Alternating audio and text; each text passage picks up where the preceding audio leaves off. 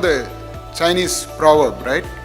The one who asks a question might be a fool for 5 minutes because he thinks that it's a stupid question. The one who doesn't ask that question remains a fool for life. So ask questions. Question everything. Question established philosophies. That's how Newton or Einstein came up, right? They questioned. When somebody said Earth is flat, the scientists didn't believe it. They questioned and then they proved that Earth is not flat. So question established theories. That's how new thoughts come and original thoughts come. That's what we want to encourage.